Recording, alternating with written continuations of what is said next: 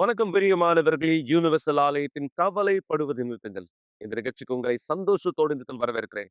வருடத்தினுடைய முதல் நாளை நாம் இடத்தில் ஏறக்குறைய முடிக்கப் போகிறோம்.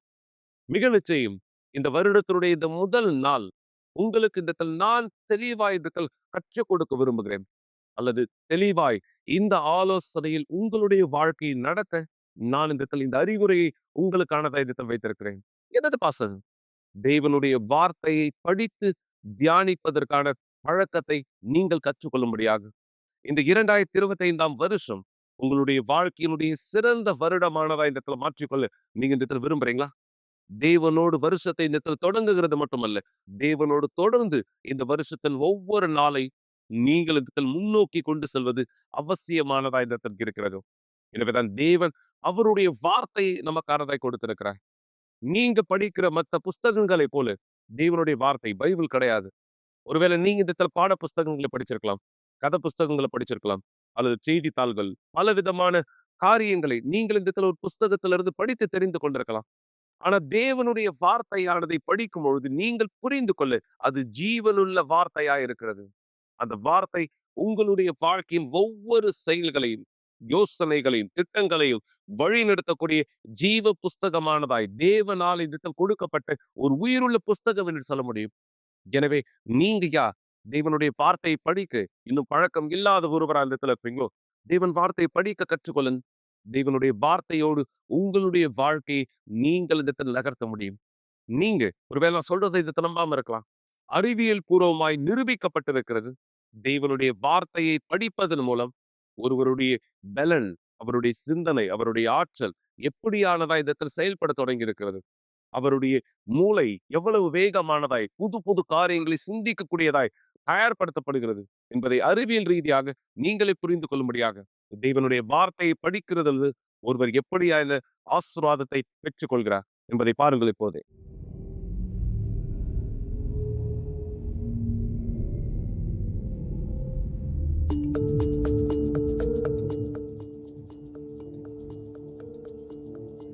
சமீபத்தில் நடந்த வேதாகம ஆராய்ச்சியினுடைய விஞ்ஞானிகள் கண்டுபிடித்திருக்கிறார்கள், வேதாகமத்தை படிப்பதினால் மனிதர்களுடைய மூளையில் எவ்வளவு பாதிப்புகள் ஏற்படுகிறது என்பதை குறித்து. இந்த ஆராய்ச்சி குழுவினர் கண்டுபிடித்துள்ளனர், வட அமெரிக்காவிலே 40,000 மக்கள் 8 முதல் 80 வயது உள்ளவர்கள் மக்கள் வேதாகமத்தை குறித்து அதிக ஆர்வம் உள்ளவராகவும் அவர்களுடைய வாழ்க்கையிலும் அவருடைய நடவடிக்கையிலும் வித்தியாசம் ஏற்படுகிறதையும் கண்டுபிடித்துள்ளனர். எதிர்பார்க்கப்பட முடியாது இவர்களுடைய சின்ன ஆராய்ச்சி இப்பொழுது பெரிய பாதிப்புகளையும் பதில்களையும் கொண்டு வந்ததினால் இவர்களுடைய முக்கிய ஆராய்ச்சியாய் மாறிவிட்டது. இவர்களுடைய ஆராய்ச்சியில் கண்டுபிடிக்கப்பட்டது, ஒரு நாளுக்கு ஒரு முறை வேதாகமத்தை திறந்து படிக்கும் பொழுது மனிதர்களுடைய மூளையில் வித்தியாசம் ஏற்படுவதாக. போதகர்கள் ஆலயத்திலே வேதாகமத்தை திறந்து இந்த வசனத்தை என்னோடு கூட வாசிங்கள் என்று சொல்லும் பொழுது மக்கள் வாசிக்கும் பொழுது அவர்களுக்குள்ளாக மூளையிலே வித்தியாசம் ஏற்படுவது கண்டுபிடிக்கப்பட்டுள்ளது. வாரத்துக்கு 2 முறை வாசிப்பதும் சரி, வாரத்துக்கு 3 முறை வாசிப்பதும் சரி, நம்முடைய மூளையிலே மிகப்பெரிய வித்தியாசத்தை ஏற்படுத்தி வருகின்றன. ஆனால் இதில் ஆச்சரியம் என்னவென்றால், வாரத்துக்கு 4 முறை அல்லது அதற்கு மேற்பட்டு வேதாகமத்தை வாசிப்பவர்களுடைய மூளையினுடைய எண்ணிக்கை, அவர்களுடைய வளர்ச்சி மிக பெரும் தொகையை எட்டியுள்ளது. ஆராய்ச்சியில் நிரூபிக்கப்பட்டுள்ளன, மக்கள் 30% தனிமை உணர்ச்சியினால் பாதிக்கப்பட்டவர்கள், கோபத்தின் பிரச்சனையோடு 32%, உறவுக்குள்ளாக வெறுப்புணர்ச்சிகள் மற்றும் திருமண பிரச்சனைகள், பிள்ளைகளோடு பிரச்சனை, நண்பர்களோடு 40% ஜனங்கள் இருக்கின்றார்கள். மற்றும் குடிப்பழக்கத்துக்கு அடிமையானவர்கள் 57%, ஆவிக்குரிய பிரச்சனையில் பாதிக்கப்படுகிறவர்கள் 60% மற்றும் ஆபாச படங்களில் விழுந்தவர்கள் 61%. அதே போல் வேதாகமத்தை வாசிப்பதை தங்கள் பழக்கமாக மாற்றிக்கொண்ட ஜனங்களுடைய ஆராய்ச்சியினுடைய முடிவுகளும் மிக பெரும் அளவில் உயரத்தை எட்டியுள்ளது. விசுவாசத்தை பகரும் விதமாக மக்கள் செய்த வேலைகள், அவருடைய காரியங்கள் எல்லாமே 200% உயர்ந்துள்ளது. மற்றும் சீஷர்களை உருவாக்குவதற்கான பகுதிகளில் அதனுடைய பயணங்களில் 230% உயர்ந்துள்ளது. வேதாகமத்தை படித்து மற்றும் அதை குறித்து அவங்களுடைய வாழ்க்கையில செயல்படுத்துவதற்கான மக்களுடைய நிலைமை 407% உயர்ந்துள்ளது. இவர்களுடைய ஆராய்ச்சியினுடைய முடிவிலே எளிமையான வாக்கியத்தினால் இவர்கள் முடித்திருக்கிறார்கள், தேவனுடைய வார்த்தையை ஒரு வாரத்துக்கு எவ்வளவு அதிகமாக படிக்க முடியுமோ அவ்வளவு அதிகமாக இவர்கள் படிக்கும் பொழுது கிறிஸ்துவ விசுவாசத்தை பலப்படுத்துகிறதில் முக்கிய பங்கு வகிப்பது என்பதை இவர்கள் கண்டுபிடித்துள்ளனர். தேவனுடைய வார்த்தையானது ஜீவனும் வல்லமையுமாயும் உள்ளதாயும், இருபுறம் கருக்குள்ள எந்த பட்டயத்திலும் கருக்கானதாயும், ஆத்துமாவையும் ஆவியையும் கணுக்களையும் ஊனையும் பிரிக்கத்தக்கதாக உருவ குத்துகிறதாயும், இருதயத்தின் நினைவுகளையும் யோசனைகளையும் வகையறுக்கிறதாயும் இருக்கிறது. எபிரேயர் 4வது அதிகாரம் 12வது வசனம்.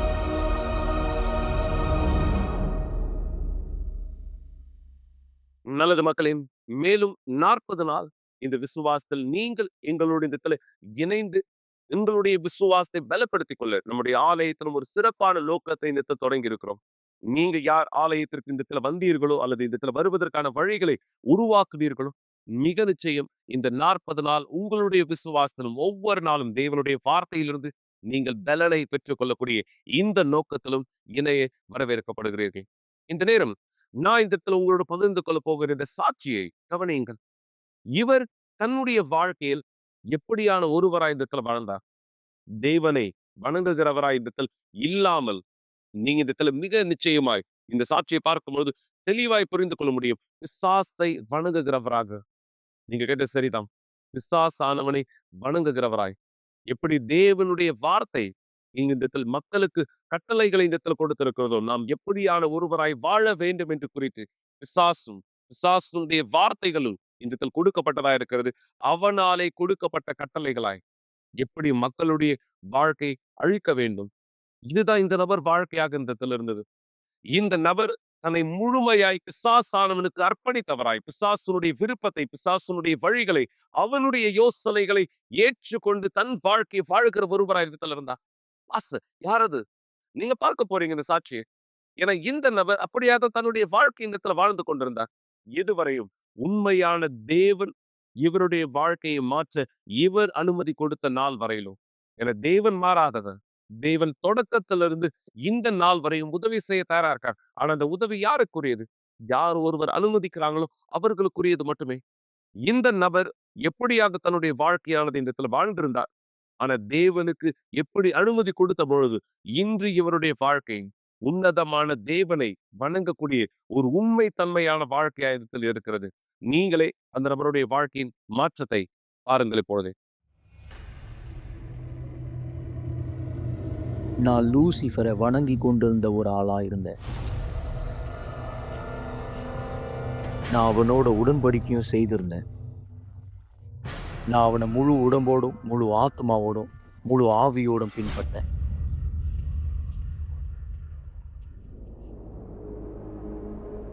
அந்த வாக்குத்தத்தின் மூலமா எனக்கு தேவையான எல்லாமே கிடைச்சது. பணம், பெண்கள், இது எல்லாமே அவன் எனக்கு கொடுத்தான். எல்லாமே எனக்கு கிடைச்சது. அவனுடைய அனைத்து காரியத்தையும் நான் முழுமையாக ஈடுபட்டதுனால என்கிட்ட இந்த நிறைய விஷயத்த கேட்க ஆரம்பிச்சான். நானும் என்னுடைய நண்பரும் இணைந்து இரத்தத்தினால உடன்படிக்கையை செய்தோம். அவங்க எனக்கு கண்ணி ஆட்டை வைத்து ஞானஸ்தானம் கொடுத்தாங்க. அந்த ஆடு பஃபமேட் அப்படின்ற ஒரு விஷயத்தை சார்ந்து உள்ளது. பஃபமேட் அப்படின்னா அது பிசாசு தாமே, அது பிசாசு தான். நான் சரியா இந்த நிலையில என்னுடைய தாடியை அதிகமாக வளர்க்க ஆரம்பித்தேன். ஒரு ஆட்டை போல நான் இருக்கிறதுக்காக தாடியை அதிகமாக வளர்க்க வச்சேன். நான் என்னுடைய நேரங்களை கல்லறையில் செலவு செய்வேன். அங்கிருந்து ஆய்வுக்கூறும் உள்ள புகைப்படம் இதை வாங்குவேன். நிறைய விதமான சிலை, எலும்புக்கூடு, இது எல்லாத்தையும் வாங்குவேன். அதுக்கப்புறமா கொஞ்ச நாள் கழித்து எனக்கு சாத்தானிய வேதாமத்தை கொண்டு வந்து கொடுத்தாங்க. தேவனுடைய வார்த்தையில 10 கட்டளைகள் இருக்கிறத போல அதுலேயும் 10 கட்டளைகள் இருந்தது. காட்டுங்க, நான் உங்களுக்காக அதை படிச்சு காட்டுறேன். சாத்தானிய பைபிள்ல 10 கட்டளைகள்.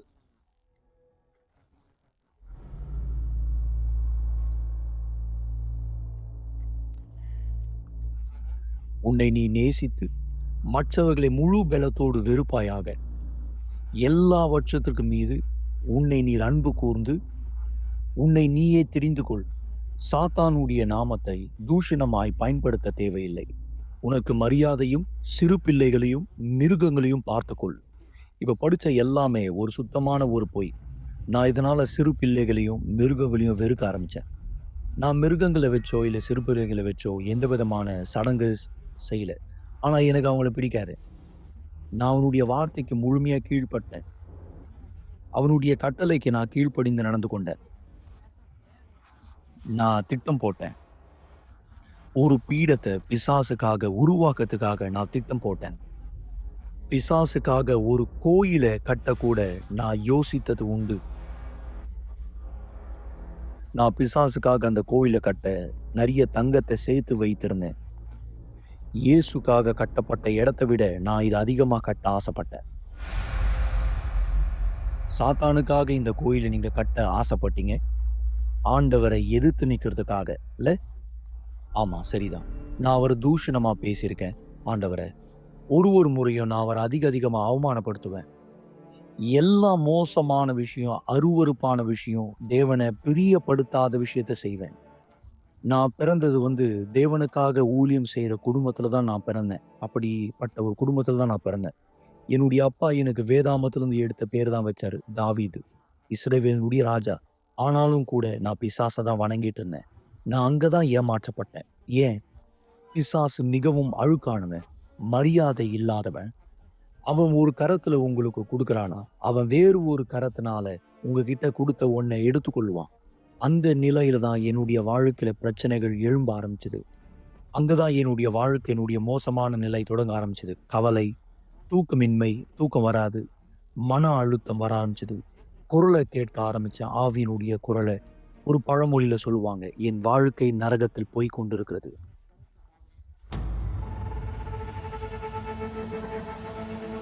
சரியா இந்த நிலையில தான் என்னுடைய மன அழுத்தம் ரொம்ப அதிகமாக்கப்பட்டுச்சு.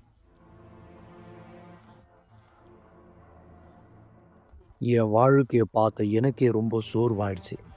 எலிகளுக்கு வைக்கிற மருந்தை நான் குடிக்க முயற்சி செஞ்சேன்.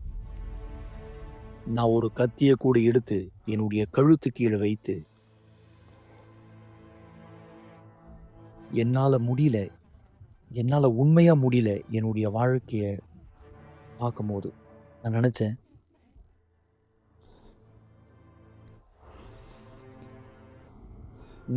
என்னுடைய வாழ்க்கைய நான் எடுத்துட்டேனா எல்லாமே முடிஞ்சிடும், சரியாயிடும். நான் சமையல் அறைக்கு போனேன். ஒரு கத்தி அங்கிருந்து எடுத்தேன். என்னுடைய கழுத்து கீழே நான் வச்சேன். என்னால் அதை செய்ய முடியல. என்னால இனிமேலும் இந்த வாழ்க்கையில வாழ முடியாது. இனிமேலும் நான் பொறுத்து கொண்டது போதும். நான் இறந்து போனா நல்லா இருக்கும்னு நினைச்சேன்.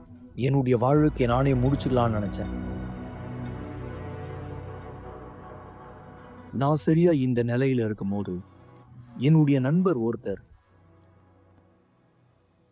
உண்மையா சொல்ல போனா அவர் என்னை கைவிட்டதே கிடையாது. எனக்காக போராடாம நிறுத்தின நாளே கிடையாது அவர். நான் வரமாட்டேன்னு சொல்லியும் கூட அவர் எனக்கு அழைப்பு கொடுத்தார், ஆலயத்துக்குள்ள நான் வர. அவர் என்னை கைவிட்டதே கிடையாது. அவர் எனக்காக போராட நிறுத்தின நாளே கிடையாது. ஒரு நாள் நான் என்னுடைய வீட்டுக்குள்ள இருக்கும்போது எனக்குள்ள ஒரு பெரிய ஒரு ஆசை வந்தது. பெரிய ஆசை. நான் ஆலயத்துக்கு போனேன்னு. நான் ஆலயத்துக்கு போனேன்.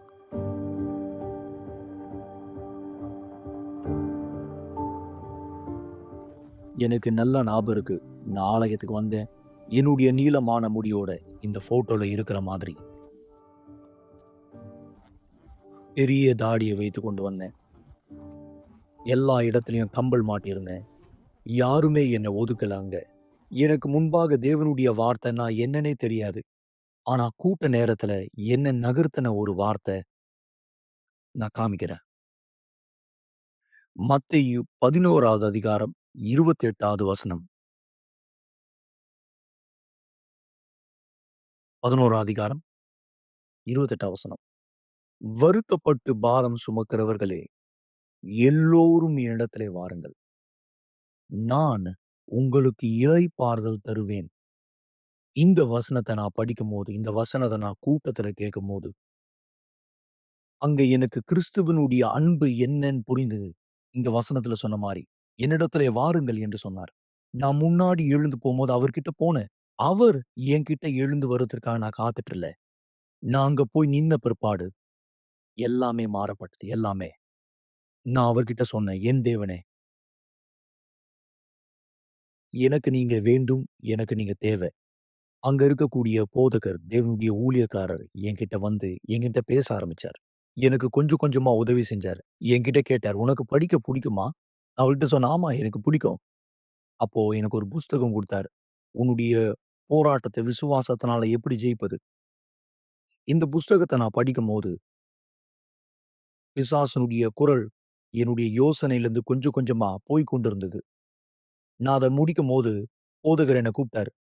கூப்ட்டு சொன்னார், "தாவீது, நீ எடுக்க வேண்டிய முதல் முடிவு இப்போ தண்ணீல ஞானஸ்நானம் எடுப்பது." இது கூட ஆண்டவர் எனக்கு காமிச்சாரு. என்னுடைய பாவத்திலிருந்து நான் மனம் திரும்ப, என்னுடைய பழைய காரியத்தை எல்லாத்தையும் நான் விட்டேன். பிசாசு அடையாளப்படுத்துற மாரி எல்லாத்தையும் நான் விட்டேன். அந்த ஐங்கூறும் முனையில இருக்கக்கூடிய வடிவம், என்கிட்ட இருந்த புகைப்பீடம் எல்லாத்தையும் உடைச்சு நான் தூக்கி போட்டுட்டேன். எல்லாத்தையும் தூக்கி போட்டுட்டேன் வெளிய உடைச்சு. விடுதலைய நான் பெற வேண்டும் என்று நெனச்சேன். நான் வெள்ளிக்கிழமை கூட்டத்துல விடாம தொடர்ந்து கலந்து கொண்டேன். விடுதலைய நான் பெற்றுக்கொண்ட உடனே நான் தீர்மானம் செய்தேன். நான் என்ன அர்ப்பணிக்க போறேன். தண்ணீல ஞானஸ்நானம் எடுக்க போறேன். நான் போதகர்கிட்ட நான் வரப்போற நேரம், நான் ஞானஸ்நானம் பெறப் போகிற டேட் எல்லாத்தையும் சொல்லிட்டேன். நான் ஞானஸ்நானம் எடுக்க வந்தேன். எடுத்தேன். என்னுடைய வாழ்வுக்கு நான் எடுத்த சரியான ஒரு முடிவை தேவனுக்கு என் வாழ்க்கைய தரேன். தண்ணீல ஞானஸ்நானம் எடுத்த பிற்பாடு நான் கத்துக்கொண்டேன். ஞானஸ்நானம் எடுத்த பிற்பாடு பரிசுத்த ஆவி என்னுடைய நோக்கமா இருந்தது. பரிசுத்த ஆவி இல்லாம என்னால தேவனுக்கு ஊழியம் செய்ய முடியாது. அவருடைய காரியத்த செய்ய முடியாது. நான் முன்னாடி பிசாசுக்கு ஊழியம் செய்யும்போது, பிசாசுனுடைய ஆவி எனக்குள்ள இருந்தது. அந்த தருணத்துல இஸ்ரவேல் சிறுமிகள் ஆலயத்துல வந்தது. வந்த உடனே நான் முழு மனதோட போனேன். நான் பீடத்துக்கு ஏறினேன். பீடத்துல பொருத்தனைய எடுத்துக்கொண்டேன். என்னுடைய தியாகத்த நான் உருவாக்க ஆரம்பிச்சேன். பண ரீதியா மட்டும் கிடையாது. நான் ஆண்டவர்கிட்ட கேட்டேன், "ஆண்டவரே, நீங்க என்ன கேட்கிறீங்க என்கிட்ட? கேளுங்க." ஆண்டவர் சொன்னார். நான் பீடத்து மேல ஏறினேன். முழு உறுதியோட ஏறினேன். நான் என்ன அர்ப்பணிக்க போறேனோ, அது தேவன் கேட்ட ஒன்று. பரிசுத்த ஆவி எனக்கு வேணும்னு நான் கேட்டேன். என்னுடைய வேலையை செய்ய தேவையில்ல. நான் உன்னுடைய வேலை செய்ய எனக்கு உன்னுடைய ஆவி தேவ ஆண்டவரே என்று சொன்னேன். அந்த நிலையில ஒரு ஆர்வக்கூரியமான ஒரு விஷயம் நடந்தது. எந்த தேவ ஆலயத்திற்கு எதிராக நான் லூசிஃபருக்காக ஒரு ஆலயம் கட்டணும்னு நெனச்சேனோ, அதே ஆலயத்தில் நின்று கொண்டு நான் பரிசுத்த ஆவிய பெற்றுக்கொண்டேன். பெறுறதுக்கு முன்னாடி எனக்குள்ள இருந்த எல்லா அழுக்கான விஷயத்த நான் எடுத்தேன். அழுக்கான விஷயத்த பரிசுத்த ஆவி என்ன நிரப்பினார். அந்த நேரம் ரொம்ப அருமையான ஒரு நேரம். ரொம்ப அருமையான நேரம். ஏன் தெரியுமா? ஏன்னா அந்த நேரம் எனக்குள்ள ஒரு சமாதானம் நிரப்பப்பட்டது. அந்த சாயங்கால வேளையில எனக்குள்ள ஒரே சந்தோஷம். என்னுடைய ஆத்துமாவுல சந்தோஷம். அவர் என்னுடைய தந்தையானார். நான் அவருடைய மகனா மாறினேன். என்ன போல இருக்கிற ஒரு மனுஷன தேவன் எப்படி அன்பு செய்ய முடியும்?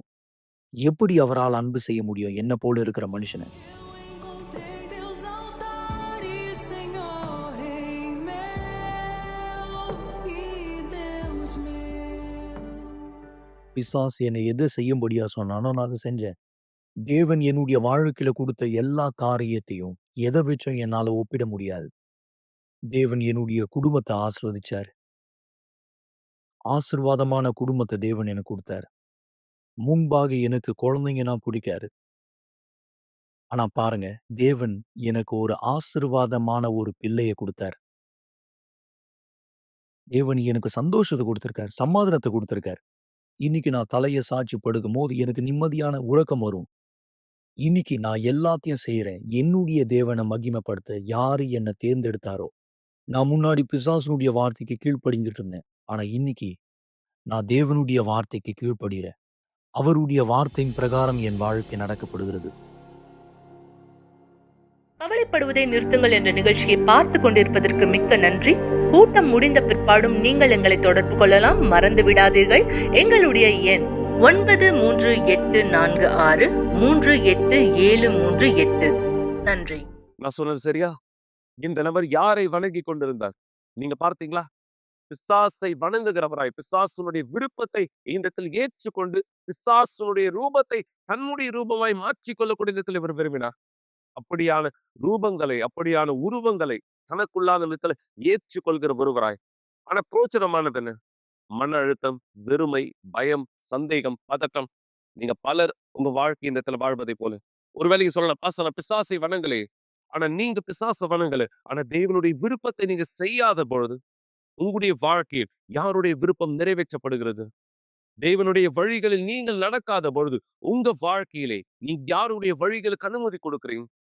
நீங்க சில நேரம் தெரியாதவராய் உங்களுடைய வாழ்க்கையில் பிசாசானவன் நுழைய அனுமதிக்கிறீர்கள். அதனுடைய விளைவே மன அழுத்தமாய், வியாதிகளாய், பிரச்சனைகளாய், கடினங்களாய், ஜெயிக்க முடியாத சூழ்நிலைகளாய், நீங்கள் வாழ்க்கையினுடைய முன்னேற்றத்தை நோக்கி செல்ல முடியாமல் ஒவ்வொரு நாளும் சரிவை சரிவை சரிவை தொடர்ந்து சரிவானதை மட்டுமே சந்திக்கிற ஒருவரா வாழ்ந்துட்டு இருக்கீங்க. உங்களுடைய திருமணம் ஆசீர்வாதத்தை கொடுக்கும்னு நினைச்சீங்க. ஆனா திருமணம் பிரச்சனையானதா இருக்கு. உங்களுடைய பிள்ளைகள் உங்களுக்கு சந்தோஷத்தை கொடுப்பாங்கன்னு நினைச்சீங்க. ஆனா உங்க பிள்ளைகள் மிகப்பெரிய பாரமாய் உங்களுக்கு மாற்றப்பட்டிருக்கிறார்கள். உங்களுடைய வேலை, உங்களுடைய சம்பளம், உங்களுடைய பொருளாதார வெற்றி உங்களுக்கான பதிலை நிம்மதியை தரும் நினைச்சீங்க. ஆனா நீங்க அப்படியான ஒரு சிறந்த வேலையில் இருந்து இன்னும் அந்த சந்தோஷத்தை, சமாதானத்தை இந்த இடத்துல பார்க்கவில்லை. ஏன்? என தேவன் உங்க வாழ்க்கையினுடைய முதல் இடத்தில் இந்த இடத்தில் இல்லாத காரணத்தினாலே. எனவே இந்த ஜனவரி மாதம் 1ஆம் தேதி 2025 உங்களுடைய வாழ்க்கையில் நீங்கள் தேர்ந்தெடுங்கள். தேவனை உங்கள் வாழ்க்கையினுடைய பிரதானமானதா இந்த இடத்துல மாற்றிக்கொள்ளு. தேவனுக்கு உங்க முழு வாழ்க்கையை இந்த இடத்துல வைக்கும்படியாக தேவன் உங்க வாழ்க்கையை மாற்ற முடியும். எனவே இந்த நேரம் இந்த விசுவாசத்தை நாம் ஒன்றிணைந்து ஜெபிப்பதற்கு முன்பாக தேவனாலே ஆசீர்வதிக்கப்பட்ட இந்த தம்பதியர்களும் தேவனுடைய சாட்சியா இந்த இடத்துல மாற்றப்பட்ட இவர்களும் உங்களுடைய வாழ்க்கையை போலதான் ஒரு நாள் இருந்தார்கள் என்பதை புரிந்து கொண்டு தேவனோடு தன் வாழ்க்கையை மாற்றி அதே விசுவாசத்தில் உங்களுடைய வாழ்க்கையும் மாற்றப்பட முடியும் என்பதை கற்றுக்கொள்ளக்கூடிய இந்த சாட்சிக்கு பிற்பாடும் நான் உங்களோடு இணைந்திருப்பேன். இந்த விசுவாசத்தில் தேவன் உங்கள் வாழ்க்கையை ஆசீர்வதிக்கும்படியாக ஜெபிக்கலாம். ஒவ்வொரு நாளும் நாங்கள் வாழ்ந்தோம். எங்களுடைய வாழ்க்கையில், உறவில் அநேக ஏமாற்றங்கள் ஏற்பட்டது. சில நேரத்தில் இவரிடத்துல பேசாம இருப்பேன். என்னுடைய சொந்த வேலைய பார்த்துட்டு நான் போவேன். என்னுடைய சின்ன பொண்ணு யூனிவர்சிட்டி போற சமயத்துல நாங்க 2 பேரும் பிரிய வேண்டிய சூழ்நிலையில. சின்ன வயசுல நெறைய சவால்கள் எனக்கு இருந்தது என்னுடைய அப்பா மூலியமா. ஏன்னா, அவருடைய வேலை ஸ்தலத்துல என்ன பிரச்சனை நடக்குதுன்னு தெரியாது. எப்போ அவர் வீட்டுக்கு வருவாரோ, என்னையும், என்னுடைய தம்பியும், தங்கச்சி எல்லாரையும் வெளிய தொரத்தி விட்டுருவாரு. அவர் மேல கோவத்தோட தான் நாங்க வளர்ந்தோம். அவர் எப்படி இருந்தாரு? பொறுமையற்றவரா? குடிப்பழக்கம் உள்ளவரா? அதேபோல நான் என்னுடைய வாழ்க்கையில அத செய்ய ஆரம்பிச்சேன். அது மட்டும் இல்லாம அதிகமா நான் குடிக்கிறதுனால ஆரோக்கியத்துல எனக்கு பிரச்சனைகள் ஏற்பட்டது. அது மட்டும் இல்லாம இன்னும் சூழ்நிலைய ரொம்ப மோசமாக்கினேன். எப்ப நான் ரோஸ் அவங்கள சந்திச்சேனோ, துரதிர்ஷ்டவசமா என்னுடைய பழைய வாழ்க்கையோட என்னுடைய உறவானது நான் தூங்குன நெறைய ஏமாற்றங்கள். ஒவ்வொரு நாளும் எங்களுடைய வாழ்க்கை வாழ்ந்தோம். சில நேரத்துல நான் அவங்ககிட்ட பேச மாட்டேன். அது மட்டும் இல்லாம நான் என்னுடைய பழைய வாழ்க்கையோட போயிடுவேன். அதன் பிற்பாடு ஒரு சூழ்நிலை ஏற்பட்டது. என்னுடைய சின்ன பொண்ணு யூனிவர்சிட்டிக்கு போனாங்க. பிரிஞ்சிடலாம் அப்படின்னு நெனச்சோம். ஆனா எனக்கு நல்ல ஞாபகம் இருக்கு. எப்போ இந்த ஆவிக்குரிய சவால்கள் அவங்களுக்கு இருந்ததோ, அப்போ நான் புரிஞ்சுட்டேன். என்னுடைய சவால்கள விட்டுட்டு நான் அவங்களுக்கு உதவி செய்யணும் அப்படின்னு தீர்மானிச்சேன். இந்த சூழ்நிலையை நான் பார்க்கும்பொழுது எனக்கு கொஞ்சம் குழப்பமானது ஏற்பட்டுச்சு.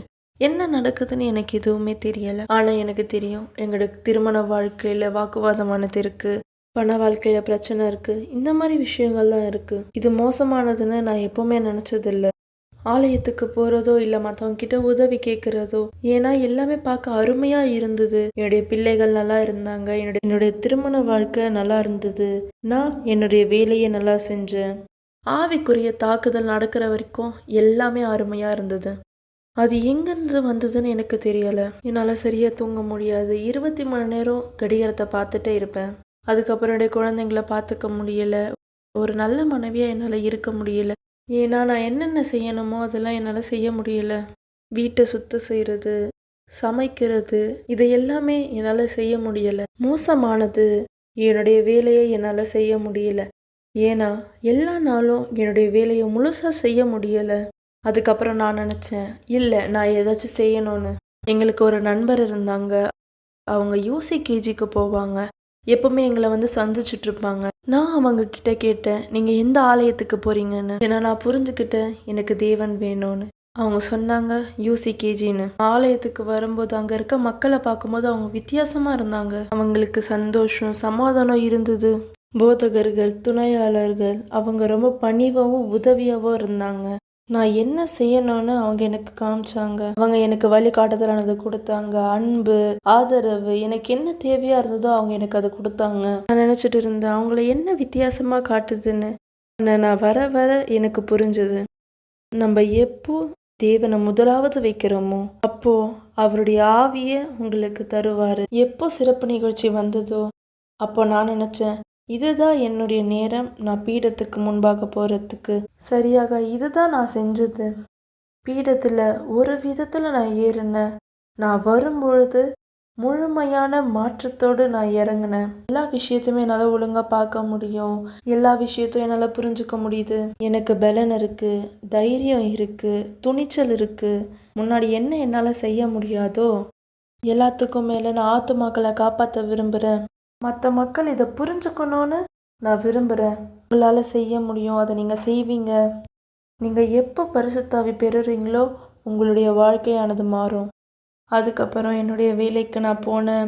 அங்கே நிறைய மக்களை எனக்கு தெரியும், யார் ஆலயத்துக்கு வந்துட்டு இருக்காங்களோ. இப்போது என்னுடைய வேலை ஸ்தலத்தில், ஏன்னா அவங்க என்கிட்ட வந்து சொன்னாங்க, நீ ஏதோ வித்தியாசமாக இருக்கன்னு.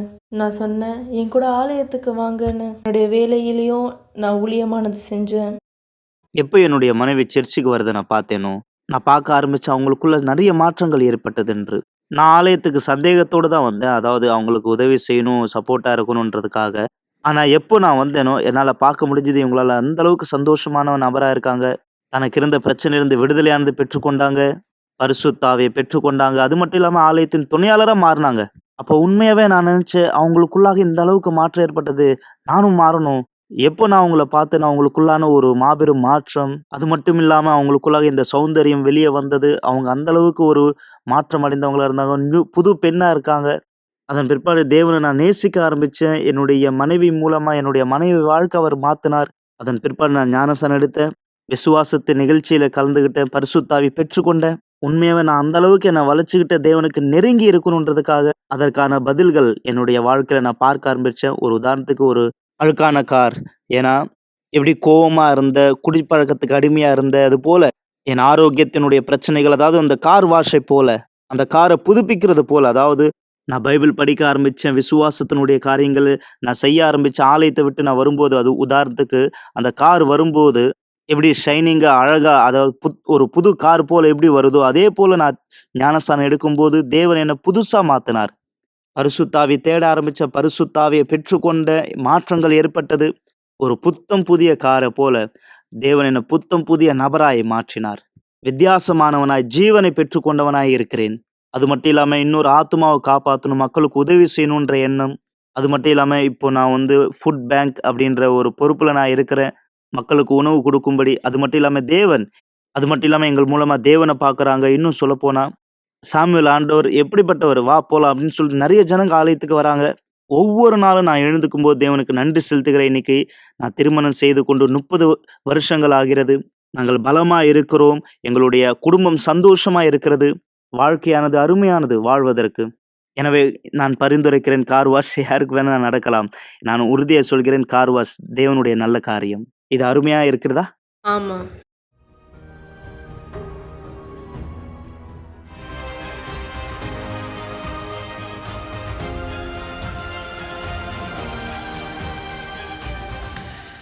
கவலைப்படுவதை நிறுத்துங்கள் என்ற நிகழ்ச்சியை பார்த்து கொண்டிருப்பதற்கு மிக்க நன்றி. கூட்டம் முடிந்த பிற்பாடும் நீங்கள் எங்களை தொடர்பு கொள்ளலாம். மறந்து விடாதீர்கள், எங்களுடைய எண் 9346387738. நன்றி. ஒரு கிளாஸ் தண்ணீரை ஆயத்தப்படுத்திக் கொள்ளுங்கள் அல்லது தொலைக்காட்சிக்கு அருகாமையிலே வாருங்கள். இந்த நேரம் உங்களுக்கான ஒரு சிறப்பு ஜெபத்தை நாம் செய்ய போகிறோம். எங்கள் ஆண்டவராகிய இயேசுவே, என் தேவாவியானவரே, என் தேவனே, இந்த நேரம் இந்த மக்களுக்காக கொடுக்கப்பட்ட இந்த வார்த்தை, காண்பிக்கப்பட்ட இந்த சாட்சி தற்செயலா இந்த நடந்தது கிடையாது. எதுவும் எதர்ச்சியானதா இந்த நடந்ததல்ல. எல்லாமே என் தேவனை உம்முடைய சித்தமானதாய், உம்முடைய திட்டத்தின்படியாகவே இந்த நடத்தப்பட்டது. என் தேவனை ஆண்டவராகிய இயேசுவே, இவர் யார் இந்த நிகழ்ச்சியை பார்த்து கொண்டிருக்கிறாரோ, இந்த நேரம் இந்த நபர் இந்த நிகழ்ச்சியை தற்செயலா இந்த பார்க்க நீர் வைக்கவில்லை. இந்த நபரை இந்த நிகழ்ச்சியை பார்க்க அனுமதித்தீர். என் தேவனை மிக நிச்சயமாய் இவருக்கு நீர் எப்படியான மாற்றத்தை தர விரும்புகிறேன் என்பதை காண்பிக்கும்படியாக, இவருடைய வாழ்க்கைக்குள்ளாக நீர் உம்முடைய வல்லமையான கரத்தை இந்த வெளிப்படுத்தும்படியாக, எங்கள் இயேசுவே, எங்கள் தேவாவியானவரே, உம்முடைய நாமமானது இந்த மகிமைப்படுத்தப்படும்படி இந்த நபருடைய வாழ்க்கை